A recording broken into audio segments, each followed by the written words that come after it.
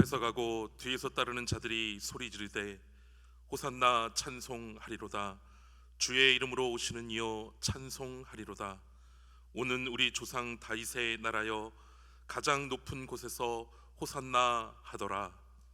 호산나, 만왕의 왕으로 오시는 주님을 찬양합니다. 그 옛날 이스라엘 백성들이 종려나무로 가지를 흔들며 예수님을 환영하였듯이 저희들도 온몸과 마음으로 기뻐 찬양하며 주님을 영접하나이다. 주 예수님, 낮고 천한 우리에게 다가오셔서 우리의 몸과 마음과 삶을 다스려 주옵소서. 십자가를 향해 용감하게 나아가는 예수님을 본받아 우리도 진리와 복음을 위해 용감하게 나아가게 하시고, 나귀를 타신 주님의 겸손한 모습을 따라서 우리도 서로를 섬기며 살게 하여 주시옵소서. 오늘도 주님의 발자취를 따라 찬송하며 따르기를 원하오며 예수님의 이름으로 기원하옵나이다. 아멘.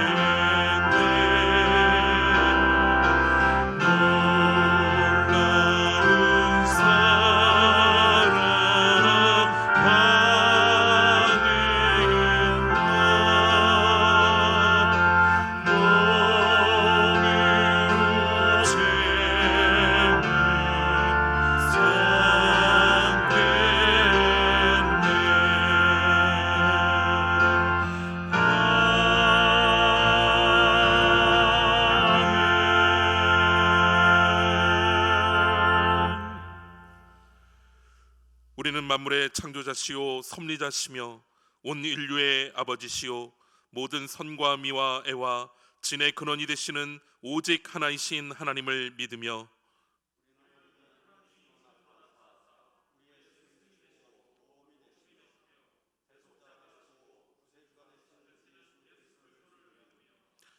우리는 하나님이 우리와 같이 계시사 우리의 지도와 위안과 힘이 되시는 성령을 믿으며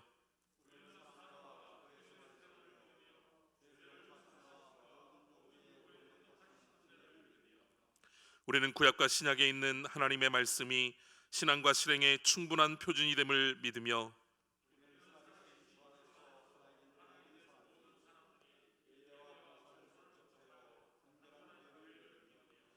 우리는 하나님의 뜻이 실현된 인류 사회가 천국임을 믿으며 하나님 아버지 앞에 모든 사람이 형제됨을 믿으며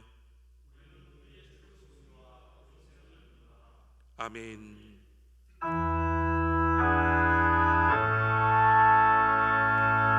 성부 성자와 성령 찬송과 영광 돌려보내세 태초로 지금까지 또 영원은 도록 성삼위께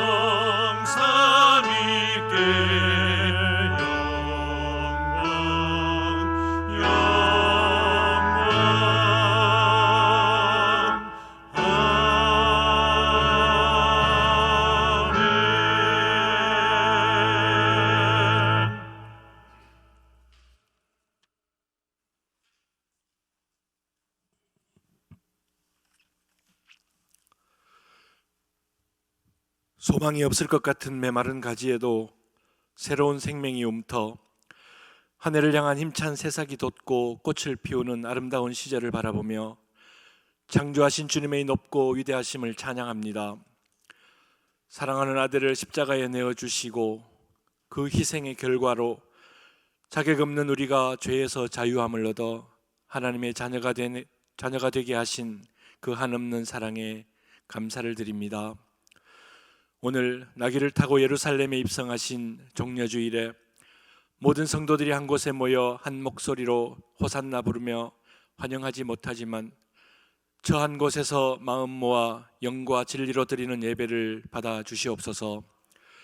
자비로우신 하나님, 따뜻해져 오는 가마솥안을 유유자적하며 아궁이 속에 지펴지는 불길로 인한 미래의 불행을 알지 못하는 어리석은 우리를 향해 빨리 뛰쳐나오라는 주님의 준엄한 경고의 음성인 것 같습니다.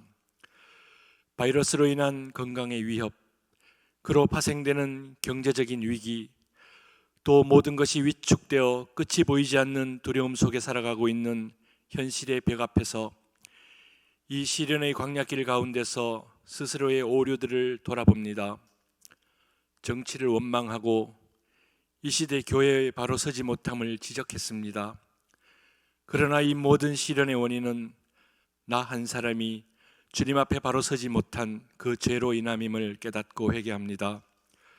모든 회복과 치유의 시작이 나 한 사람이 돌이켜 주님의 은혜를 구하는 길뿐임을 믿고 간구합니다. 주님 긍휼히 여겨 주시옵소서. 또한 이 어려운 시기에 혼신을 다해 헌신하는 의료진과 봉사의 손길들의 수고를 기억해 주시고 이러한 부자유함과 통제의 기간에 예배를 향한 간절함과 소중함의 기억이 자유와 회복의 그날에는 더 성숙되고 온전한 예배로 세워지는 소중한 경험이 되게 하여 주시옵소서. 주님, 이 모든 과정을 통하여 우리를 향한 주님의 연단의 목적을 이루시는 그날에 반드시 회복되게 하시옵고 주님의 능력과 주님의 의로우심만이 드러나게 하여 주시옵소서. 이 나라를 사랑하시는 주님, 국회의원 총선거를 앞두고 있습니다. 주님, 우리의 눈을 밝혀 주시옵소서. 거짓과 진실을 분별할 수 있게 하시옵고 이 나라를 위해 헌신하며 국민들을 잘 섬길 제목들이 선택되어질 수 있도록 우리에게 지혜도 더하여 주시옵소서. 사랑의 주님, 이 주님의 뜻 가운데 이곳에 노년교회를 세우시고 지금까지 인도하심을 감사드립니다. 우리 교회가 그리스도의 사랑으로 무장되어 이웃을 섬기고 예수님의 사랑을 전하는 사명을 잘 감당하게 하여 주시옵소서. 또 특별히 캄보디아에 파송된 유철희 선교사님 가정과 사역하는 한빛선교센터 노년 포센통교회를 기억해 주시옵소서. 그곳에도 코로나 바이러스로 인해 예배와 사역이 위축되고 위협이 되고 있습니다. 길을 열어 주시옵소서.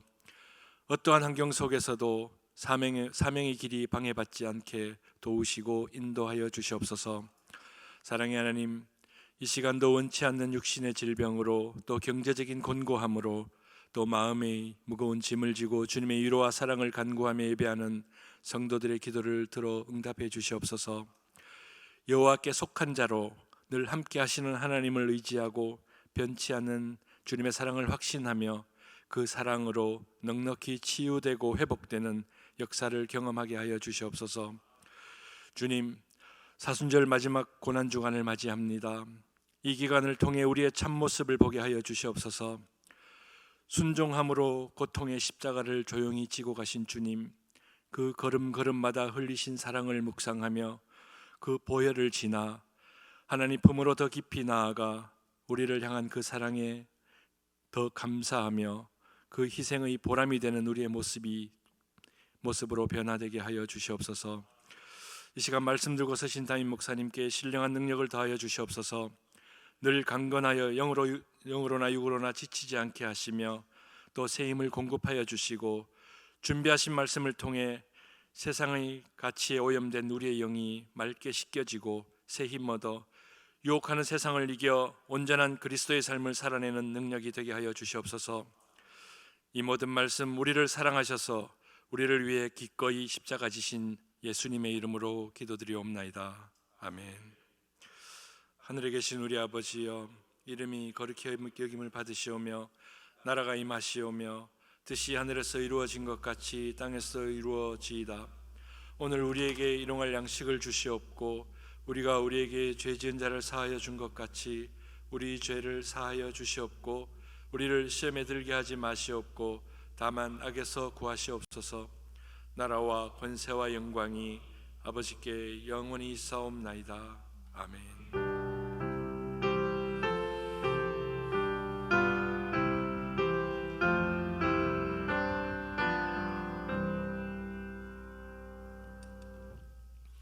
오늘 이 시간 우리 주신 하나님 말씀은 마태복음 26장 36절에서 46절까지의 말씀입니다.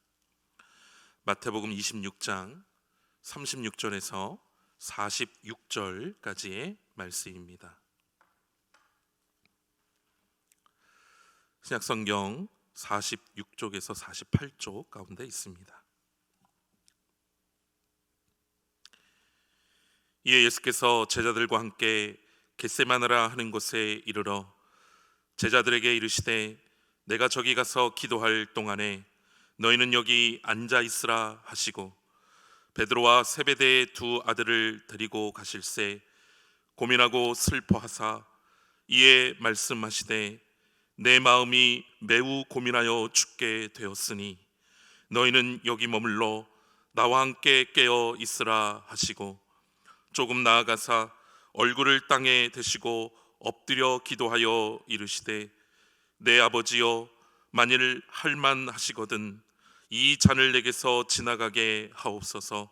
그러나 나의 원대로 마시옵고 아버지의 원대로 하옵소서 하시고 제자들에게 오사 그 자는 것을 보시고 베드로에게 말씀하시되 너희가 나와 함께 1시간도 이렇게 깨어 있을 수 없더냐. 시험에 들지 않게 깨어 기도하라. 마음에는 원이로되 육신이 약하도다 하시고 다시 두 번째 나아가 기도하여 이르시되 내 아버지여 만일 내가 마시지 않고는 이 잔이 내게서 지나갈 수 없거든 아버지의 원대로 되기를 원하나이다 하시고 다시 오사 보신즉 그들이 자니 이는 그들의 눈이 피곤함 일러라. 또 그들을 두시고 나아가 세 번째 같은 말씀으로 기도하신 후 이에 제자들에게 오사 이르시되 이제는 자고 쉬라. 보라 때가 가까이 왔으니 인자가 죄인의 손에 팔리느니라. 일어나 함께 가자. 보라 나를 파는 자가 가까이 왔느니라. 아멘. 할렐루야. 오늘 종려주일이면서 사순절 마지막 주일입니다. 그리고 오늘부터 고난주간이 시작이 되어집니다. 예수님의 마지막 일주일, 그 일정에 의하면 예수님은 주일인 오늘 예루살렘에 입성하십니다. 그리고 금요일 십자가에 달려 돌아가시고 돌아오는 부활주일 새벽에 부활하십니다. 사순절 마지막 주일을 지내면서 남다른 감정들이 올라옵니다. 사상 초유의 사순절을 지내왔기 때문입니다. 우리가 사순절 그러면 사순절 40일 동안의 특별 새벽 기도회를 생각하게 되고 매년 해왔지 않습니까? 40일 동안 예수님의 고난을 생각하면서 기도하고 회개하고 절제하고 그러면서 경건을 훈련하는 그런 시간으로 삼았습니다. 그런데 올해 코로나19라고 하는 그런 비상한 상황으로 인하여서 매년 하던 특별 기도회도 갖지 못하였습니다. 사순절이 시작된 날, 되는 날 우리가 제수요일 그러는데 올해는 2월 26일이었습니다. 그날 우리나라의 코로나19 확진자가 1000명을 넘어선 날입니다. 그리고 3월 11일 WHO가 팬데믹, 이 전염병 세계 대유행을 선언하였는데 그때 전 세계 확진자가 12만 4천 명 정도, 사망자가 4,500명 선이었습니다. 그런데 그로부터 한 달이 채 되지 않은 지금 어느 정도냐? 전 세계 확진자 수가 118만 명, 사망자 수도 6만 명이 넘어섰습니다. 그러게 이번 사순절, 코로나19 사순절 이렇게 이름을 붙여도 과언이 아닐 것입니다. 그런데 이 사순절이 다 끝나가는데도 마지막 주간이 되어 가는데도 이 코로나19는 아직 끝날 기미가 보이지 않습니다. 이 끝나지 않은 코로나19의 상황 속에서 우리가 잘 듣게 된 말이 또 하나 있습니다. 바로 폐쇄라고 한 말입니다. 여러분 어제 남동구청에서 온 이런 문자 받으셨죠? 코로나19 지역사회 확산을 방지하기 위해서 19일까지 인천대공원을 폐쇄한다. 그런 내용입니다. 엊그제 오봉산에 오르려고 하니 일주일 전까지만 해도 보지 못했던 이런 저런 현수막이 붙어 있더라고요. 새끼를 폐쇄한다는 것입니다. 교회고 병원이고 콜센터고 호텔이고 심지어는 목욕탕까지 확진자가 생겼다 그러면은 폐쇄 조치가 즉각 이루어집니다. 우리 교회도 온라인 예배로 전화하면서 교회를 폐쇄하는 그런 조치를 취했지 않습니까? 이 폐쇄와 비슷한 말로 봉쇄란 말이 있습니다. 처음 코로나19가 발생한 중국의 우한과 허베이성 전체가 봉쇄된 적이 있지 않습니까? 우리나라도 한 정치인이 이 신천지에 의해서 갑자기 확산된 대구를 봉쇄해야 된다 한마디 했다가 여론의 질타를 받은 그런 일도 있습니다. 지금도 국경이 있지만은 그 국경 상관하지 않고 왕래했던 유럽연합의 국가들 지금은 그 국경을 봉쇄하고 왕래를 금하고 있습니다. 지금도 전 세계적으로 확산되면서 아예 나라 자체를 봉쇄하는 그런 나라들이 많이 있습니다. 또 더불어 우리가 자가격리라는 말도 많이 듣게 되는데 이 말도 폐쇄와 비슷한 말입니다. 개인적인 폐쇄를 의미하니까요.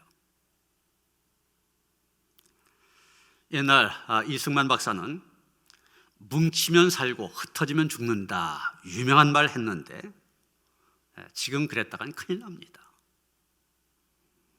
신천지 집회에서 교회 예배와 수련회에서 댄스 교육장에서 사람들이 모였다가 거기서 사단이 났습니다. 많은 요양병원, 정신병원에서 사람들이 모여서 살다가 집단 감염이 일어났습니다. 모여서는 안 되기에 정부에서는 계약도 또 연기하고, 지난 2주간 동안 고강도의 사회적 거리두기를 했었는데 아직도 위험하다 생각이 되어져서 오는 19일까지 2주간 더 연장하기로 하였습니다. 지금은 뭉치면 안 됩니다. 모이면 안 됩니다. 격리돼야 됩니다. 분리되어야만 됩니다.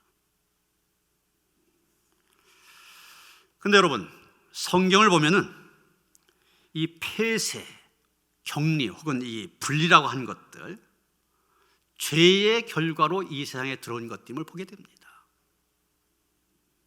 폐쇄되고 격리되고 분리되어 있는 모습, 바로 죄인의 모습이라는 얘기입니다. 성경을 보면 에덴 동산에서의 아담과 하와, 하나님과 함께 거하는 삶으로 시작이 되어졌습니다. 창세기 2장 15절 보면 하나님께서 직접 아담을 이끌어 오셔서 이 일도 시키고 저 일도 시키신 것을 보게 됩니다. 아담이 혼자 있는 모습이 보기에 심히 안 좋아서 하와를 만들어 함께 어울려 살게 하셨습니다. 아담과 하와는 에덴 동산에서 하나님이 거니시는 소리도 듣고 하나님과 대화도 하게 됩니다. 바로 함께하는 모습, 그게 바로 에덴 동산의 모습입니다. 그런데 선악과를 따먹는 죄를 범한 다음에 어떻게 되었습니까? 아담과 하와는 에덴 동산에서 추방당하였습니다. 하나님께서는 에덴 동산을 봉쇄하시고 들어오지 못하게 하셨습니다. 동산 밖으로 격리된 것입니다. 하나님과의 관계도 분리되어졌고 아담과 하와 사이에도 분리가 일어났습니다. 둘이 하나가 되어진 그 좋은 관계는 깨어지고 서로가 서로에게 책임을 전가하는, 서로를 비난하는 그런 분리가 일어난 것입니다. 우리는 코로나19라는 이 재난 상황에서 이 분리라고 하는 것이 혐오 혹은 정죄의 모습으로 나타나는 것을 보게 됩니다. 왜 코로나19라고 하는 것이 발생했을까? 여러 가지 이야기도 있지 않습니까? 어떤 사람들은 중국 우한 지역에 기독교를 탄압한 세력이 커서 하나님께서 그들을 심판하신 거다, 그렇게 얘기합니다. 또 다른 사람들은 하나님께서 신천지와 같은 이단들을 드러내시려고 벌을 주신 거다, 이렇게 얘기하기도 합니다. 또 어떤 사람들은 미국과 유럽에 동성애자들이 많이 있는데 그 사람들을 벌하시려고 한 하나님의 진노다, 이렇게 말하기도 합니다.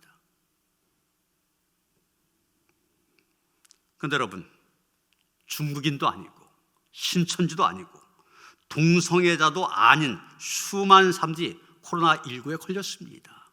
이걸 어떻게 설명해야 됩니까? 며칠 전 코로나19의 치료를 위하여 애쓰던 의사 한 분이 그 코로나19에 감염이 되어서 세상을 떠났습니다. 미국에서는 6,000명 모이는 초대형 교회 목사님입니다. 이 코로나19에 감염됐다가 일주일 만에 또 세상을 떠난 일이 있었습니다. 코로나19가 하나님의 심판에 의한 것이라고 얘기한다면 이런 것들 우리가 어떻게 설명할 수 있습니까?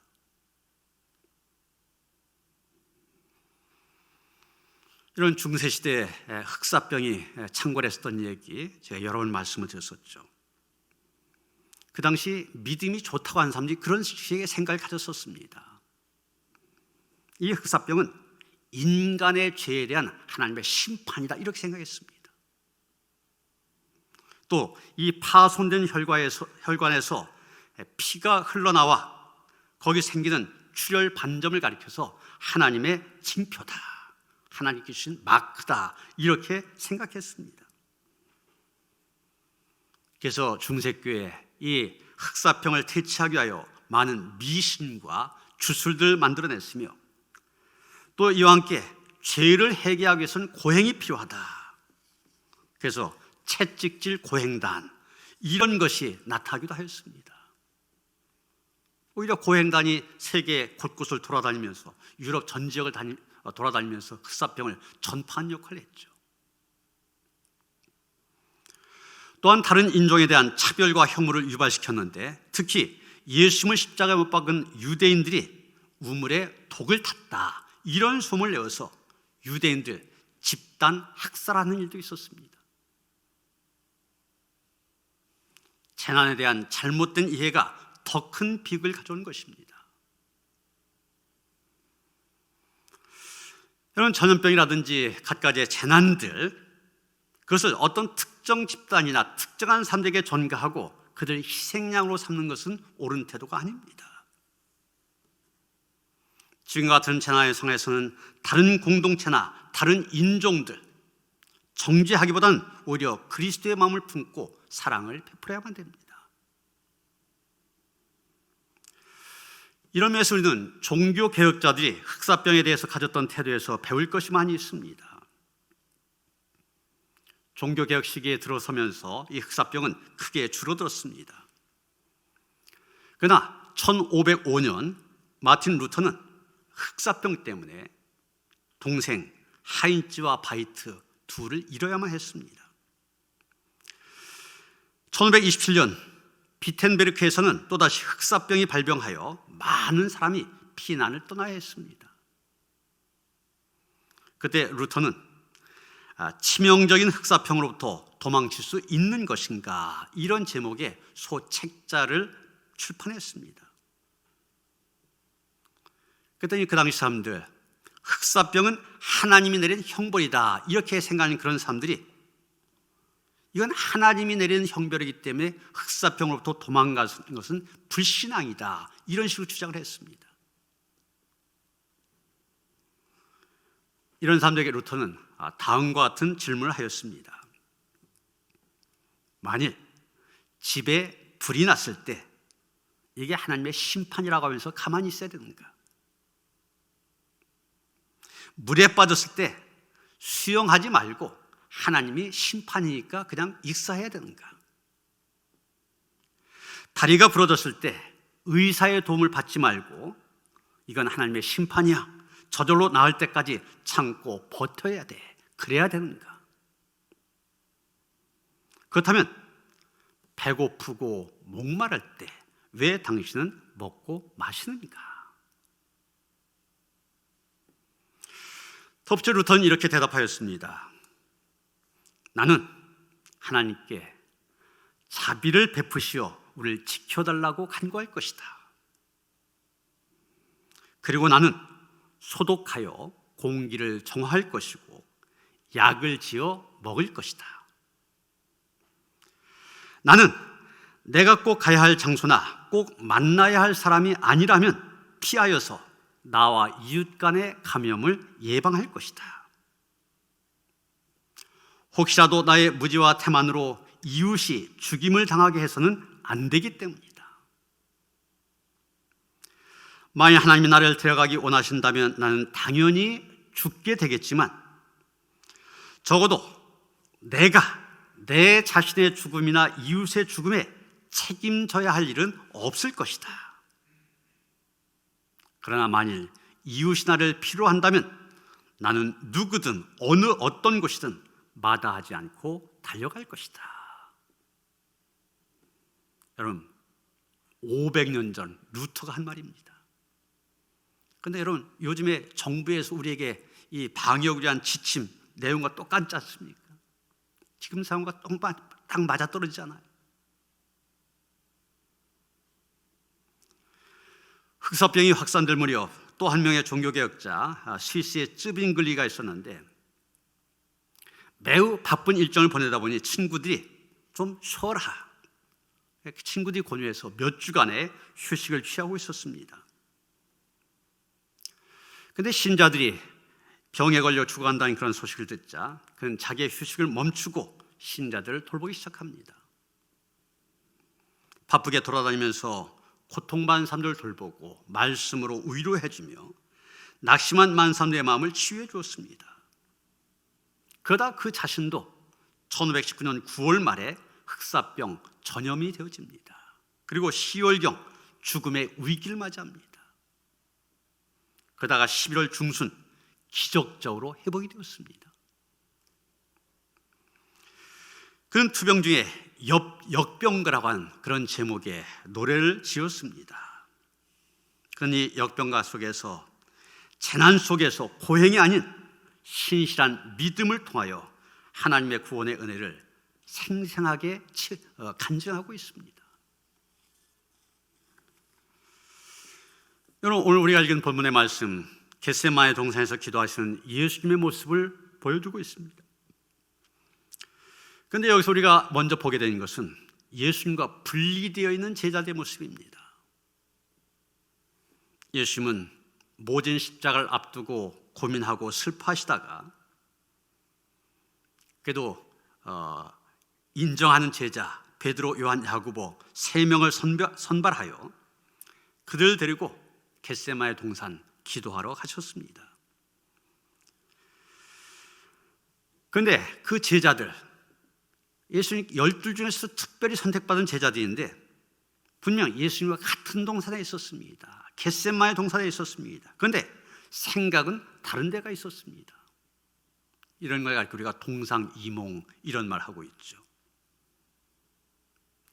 예수님은 지금 하나님의 뜻을 이룬 일과 죄인들을 구원한 큰 목적을 위하여 내가 겪어야 될 고난과 내가 져야 될 십자가, 그걸 생각하면서 지금 피땀 흘려가며 하나님께 기도하고 있습니다. 그런데 제자들은 어떻습니까? 분명 옛날에는 주님을 위해서라면 죽은 데라도 따라가겠다 장담했던 제자들입니다. 그런데 지금은 장래 자기가 먹고 살리나 걱정하면서 고민하다가 육체의 피곤을 이기지 못하여 잠을 자고 있었던 것입니다. 예수님과는 영 다른 모습입니다. 그런 제자들이다 보니 예수님 붙잡히시니까 다 도망쳤습니다. 수제자라고 하는 베드로 3번씩이나 예수님을 부인하고, 어떤 제자는 하도 급하니까 겉옷마저 다 벗어버리고 알몸으로 도망치기까지 하였습니다. 3년 동안이나 예수님을 따라 다녔던 제자들입니다. 그러나 예수님과 하나 되지 못하고 분리된 모습, 바로 죄인의 모습입니다. 이제 예수께서 기도하시다가 제자들을 돌아보시니 기도는커녕 하나같이 다 졸고 있었습니다. 섭섭하고 안타까운 마음으로 돌아오셔서 그를 깨우시고 다시 기도하시다가 또 돌아오시니 이젠 아예 쓰러져 잠이 들어 있었습니다.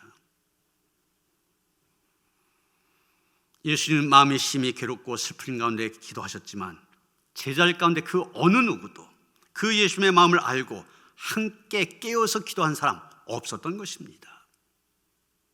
제자들은 마치 남의 일처럼 생각하며 잠을 잤던 것입니다. 그러니 예수님 얼마나 실망하셨겠습니까? 얼마나 홀로 외롭고 힘들어 하셨겠습니까?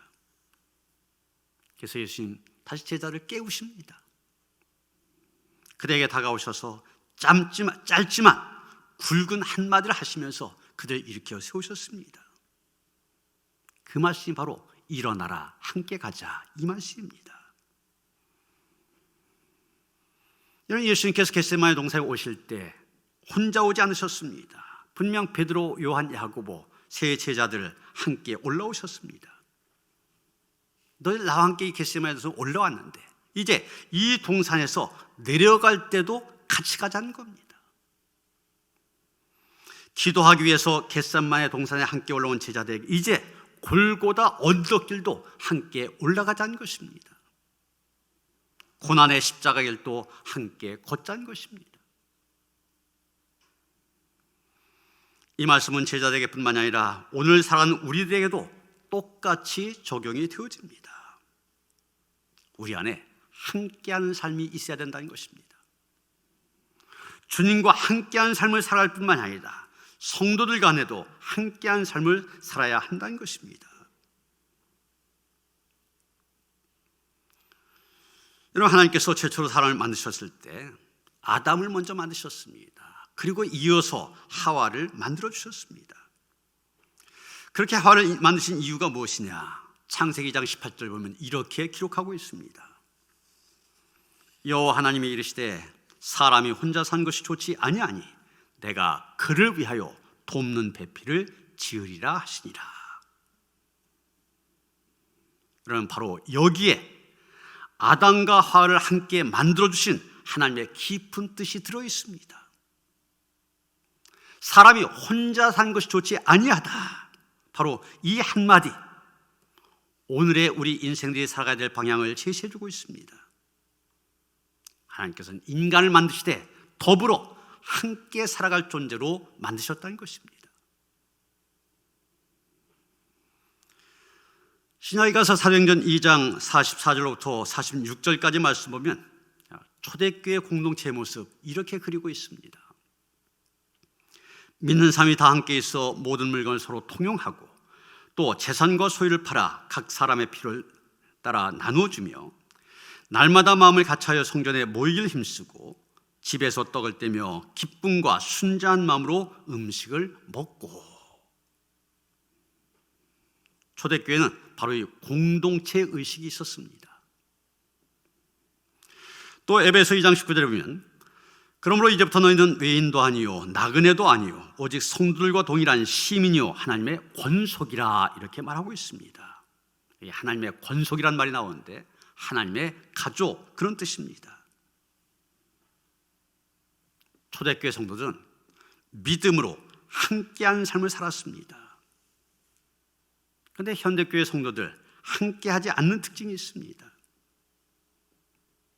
구속된 것을 싫어하다 보니 조용히 교회 와서 예배드리고 바람같이 사라지는 사람도 있습니다. 그러나 우리가 기억해야 될 것이 있습니다.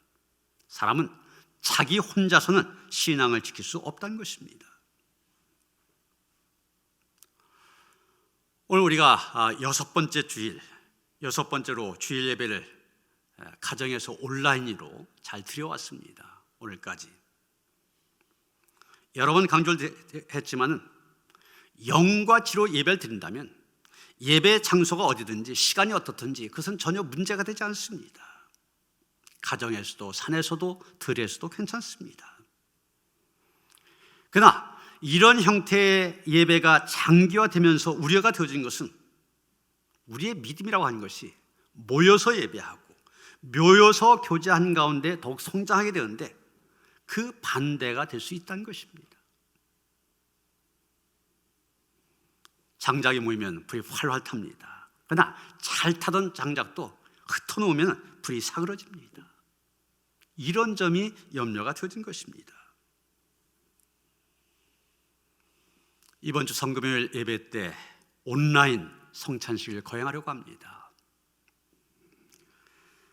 신학적으로 제 나름대로 정리가 안 돼서 주저하고 있었는데 어제 아침 페이스북을 보니까 미 연합감리교회에서 특별한 온라인 고난주간 예배와 부활절 예배 아이디어 이런 자료를 올렸는데 그것을 보면서 이 온라인 성찬식이지만 의미가 있다 이런 판단이 되어져서 이번에 그렇게 하려고 합니다. 가정에서 온 가족이 함께 나누는 성찬식, 분명 교인들이 가정으로 흩어져 있습니다. 그렇지만 예수님의 살과 피인 빵과 포도주를 통하여서 모든 교인들이 오히려 하나가 될 수 있는 그런 좋은 기회가 될 수 있겠다 이런 생각을 하였습니다. 빵과 포도주를 교회에서 준비해서 나눠드리는 것은 어떨까 검토도 해봤었는데 그것보다는 성도들이 가정에서 준비한 것이 더 좋겠다 생각을 했습니다. 이 성찬식을 통해서 받게 될 그런 은혜를 기대하면서 정성껏 준비하고 또 자녀들과 준비하면 더 좋겠다 싶습니다. 자녀들과 빵을 준비하고 또 포도주스나 포도즙을 준비하면서 접시도 준비하고 상도 준비하고 그런 과정 속에서 아이들에게 이 성찬 이야기도 들려주고 가정에서 사는 온라인 성찬식, 또 여러분이 성찬식의 의미 가운데 하나가 기억하는 거 아닙니까? 예수님께서 기억하라고 그러셨잖아요. 아마 평생에 남을 기억이 되리라 생각이 되어집니다. 어느 때보다도 정말 주님과 함께 성도들과 함께하는 그런 은혜의 시간이 될 거다. 그런 기대 속에서 준비를 하고 있습니다. 우리 감리교회 창시자인 존 웨슬리 목사님의 일기 가운데 보면 이런 말이 있습니다. 그래서 기록한 것은 이 웨슬리의 삶에 중요한 계기를 만들어준 어떤 사람의 권면의 내용을 그대로 일기에 적은 것입니다. 그 내용이 이런 것입니다. 당신이 하나님을 섬기며 천국에 가기를 원한다면 명심하세요. 당신 혼자서는 하나님을 섬길 수 없습니다. 동지를 찾으십시오. 없으면 동지를 만드십시오. 성경은 혼자서 고독하게 믿는 종교에 대해서는 안 바가 전혀 없습니다. 그러면서 웨슬리는 교회 안에서 성도들과 함께하는 삶에 그치지 아니하고 교회 밖을 향하여 이웃과 함께하는 삶으로 나아갔습니다. 제가 안식년 때 영국 브리스톨이라고 하는 곳에 갔었는데 최초의 감리교회인 뉴룸이라고 하는 것을 방문하기 위해서입니다. 그 뉴룸 앞에 저런 그 웨슬리 말 타고 전도하러 다녔던 그 모습 그대로 동상이 세워져 있는데 그 뒤에 있는 건물이 이 최초에 세워진 감리교회입니다. 이 교회는 1639년에 지어졌는데 복합 건물입니다. 크게 보면 두 가지 목적으로 쓰여졌어요. 하나는 예배를 위해서, 또 하나는 지역사회 복지를 위해서입니다. 예배시에서 예배드린 것은 당연한 거죠. 복지관을 통해서 어떤 일을 했느냐? 가난한 사람들에게 음식과 옷을 제공하였습니다. 학교에 가지 못한 아이들 위하여 학교를 운영하였습니다. 근처 감옥을 방문하도록 추선하였고 무료 의약품을 제공함으로써 아픈 사람을 돕는 일을 하였습니다. 교회에서 이런 복지 사업들이 함께 이루어진 겁니다. 그리고 웨슬리는 어느 곳에 가서 교회를 세우든지 예배당과 함께 복지관을 함께 세웠다는 겁니다. 우리 한국 감리교회도 이런 자랑스러운 전통을 이어받은 교회입니다. 그래서 우리 한국 땅에 감리교회 선교사와 장로교회 선교사 같은 날 들어왔지만 선교하는 방식은 달랐습니다. 장로교회 선교사들이 교회를 지어서 전도하는 일에 집중하였다면 감리교회 선교사들은 학교를 지어서 배우지 못한 사람들을 가르치고 병원을 세워서 아픈 사람들을 고쳐주는 일을 힘썼습니다. 그런 일들과 함께 전도한 겁니다.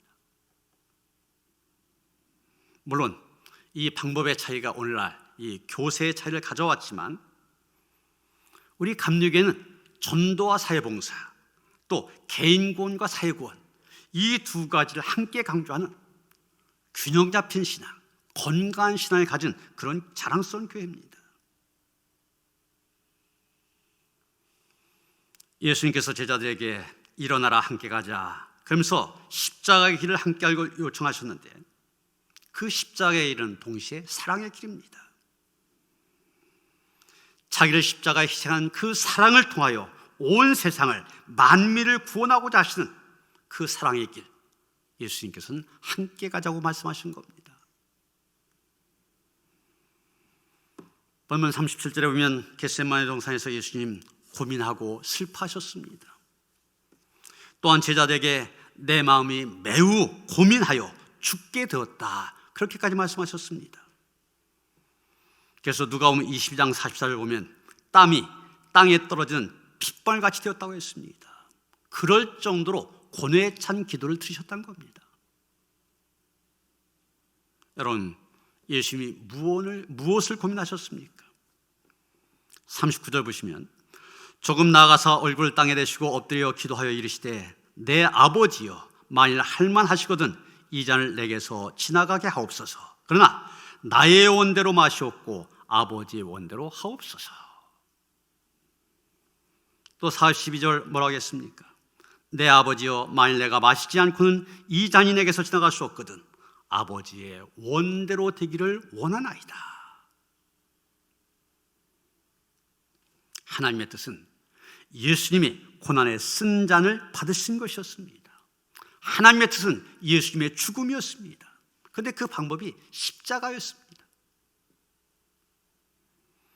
십자가형 처참한 형벌이었습니다. 팔과 다리의 모든 신경 조직이 파괴되고 가슴이 땡겨서 호흡이 곤란해짐으로 경련을 일으키다가 피를 쏟으면서 죽는 무서운 형벌, 그것이 바로 십자가형이었습니다. 여러분, 왜 예수님 죽으셔야 했습니까? 왜 그것도 그런 식의 십자가의 죽음이었습니까? 그것은 인류의 죄악이 너무나 컸기 때문이었습니다. 너무나 크기에 그것을 감당할 수 있는 방법, 오직 십자가형밖에 없었던 것입니다. 바로 우리의 죄 때문입니다. 우리를 지극히 사랑하셔서 우리를 죄에서 구원하시려고 하는데, 그러기 위해서는 십자가의 제물로 드려질 수밖에 없었던 것입니다. 십자가의 사랑을 통해서만 우리의 죄가 용서받고 우리가 구원받을 수 있기 때문에 예수님은 그 십자가의 길, 그 사랑의 길 가시면서 우리에게 일어나라, 함께 가자 말씀하고 계신 것입니다. 사랑하는 성도 여러분, 오늘 일어나라, 함께 가자 말씀하신 이 주님의 음성 들으십니까? 주님의 그 부르심에 우리는 어떻게 응답하고 있습니까? 과연 주님의 말씀에 순종하여, 말씀에 반응하여 순종하고 있습니까? 아니면 제자들처럼 여전히 잠에 빠져 있는 것입니까?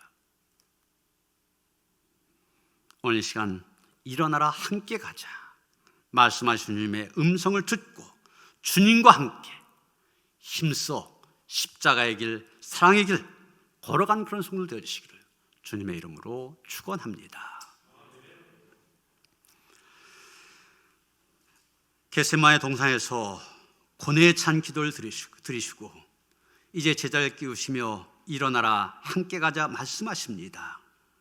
하나님, 그 주님의 음성이 우리의 심령을, 우리의 가슴을 울립니다. 응답하게 하여 주시옵소서. 반응하게 하여 주시옵소서. 우리도 주님과 함께 십자가의 길, 사랑의 길, 그 길이 힘들고 어렵지만 그 길이 구원의 길이요, 영생의 길이요, 이 땅에 하나님의 나라를 이루어간 길이오니 힘써 걸어갈 수 있는 저희들 되게 하여 주시옵소서. 고난주간, 이 한 주간 주님의 고난을 묵상한 가운데 우리도 힘써 그 고난의 자리에 함께하며 주님의 남은 십자가, 작은 십자가 내가 짊어지고 갈 수 있도록 하나님께서 우리의 믿음을 새롭게 하여 주시옵소서. 예수 그리스도 이름 받들어 기도하여 싸움나이다. 아멘.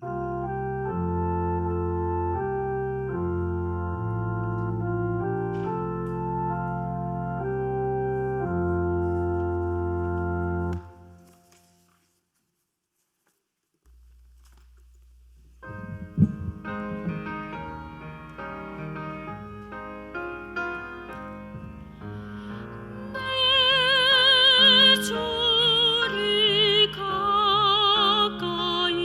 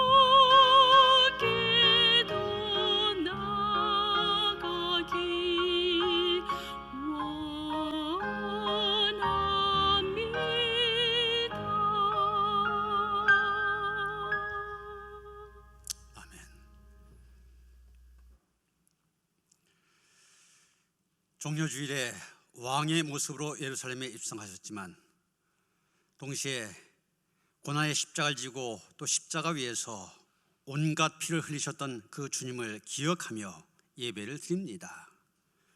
그 주님의 고난, 주님의 십자가의 피 흘리심, 바로 우리의 죄를 위함임을 다시 한번 고백합니다. 그 은혜를 기억하면서 예배한 모든 성도들, 마음을 다하고 정성을 다하여 예배하면서 또한 우리에게 가장 귀한 것을 주신 주님 앞에 또 귀한 것을 주시는 우리의 예물 기쁘게 받으시기를 원합니다. 하나님 흠양하신 예물 되게 하여 주시옵소서. 드린 손길들 축복하여 주셔서 지금 모두가 어렵고 힘든 그런 삶을 영위해가고 있습니다. 그 가운데 하나님의 도우신 은혜를 경험할 수 있게 하시고 하나님께 주신 힘을 가지고 인내하며 소망 가운데 나갈 수 있도록 인도하여 주시옵소서. 예수님 십자가에 달리셨지만 사흘 만에 부활하셔서 우리의 영원한 소망이 되셨습니다. 부활하신 주님을 바라며 소망 가운데 살아갈 수 있도록 붙잡아 주시옵소서. 드려진 예물 축사하시사 쓰여진 곳곳마다 십자가의 복음, 예수 그리스도를 통한 구원의 은혜가 전해지는 데 귀하게 쓰여지기를 원하며 우리 주 예수 그리스도 이름 받들어 간절히 축원하며 기도하옵나이다. 아멘.